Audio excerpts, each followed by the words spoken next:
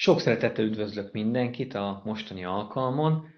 Halmosi Gábor vagyok, a PwC könyvvizsgálati üzletágának számviteli tanácsadási csapatának vezetője. Mai témakörünk egyébként a Pillar 2, vagy más néven a globális minimumadó szabályozása, valamint az ehhez szorosan kapcsolódó szakmai téma halasztott adózás a magyar számviteli törvény alatt. Kezdetben akkor a globális minimumadó szabályrendszerét mutatom be, ennek bemutatjuk röviden az alapjait, utána a halasztott adózásnak az általános koncepcióját, számítási módszertant, ezt követően néhány magyar specialitásra térünk ki, például az elhatárolt veszteségekre, illetve az adókedvezményekre a magyar számviteli törvény alatt hogyan kell a halasztott adót meghatározni.